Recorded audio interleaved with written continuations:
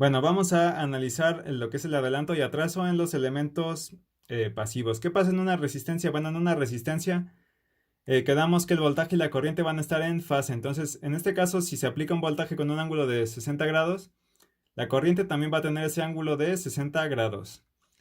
En el caso de un inductor, si aplico un voltaje de 60 grados, recuerden que para un inductor siempre el voltaje va a adelantar a la corriente. Entonces en ese caso, pues tenemos que quitarle 90 grados porque el voltaje adelanta a la corriente. Entonces si le quitamos esos 90 grados me va a dar un ángulo de menos 30, que va a ser el ángulo que yo voy a poner que es el ángulo de la corriente.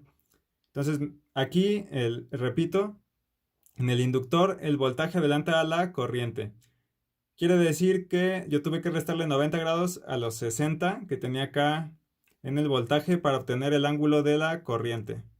Entonces, bueno, esto es para el caso del inductor. Ahora, para el caso del capacitor, si recuerdan, pues era algo contrario. ¿Por qué? Porque en el caso de un capacitor, la corriente va a ser la que va a adelantar al voltaje. Entonces, en este caso, si quiero obtener el ángulo de fase de la corriente, voy a tener que sumarle 90 grados a el ángulo de fase del voltaje. Y bueno, como el ángulo de fase del voltaje es de 60 grados, sumándole 90 grados me va a dar un ángulo de 150 grados. Entonces ya para acabar aquí en resumen, en una resistencia la corriente y el voltaje están en fase.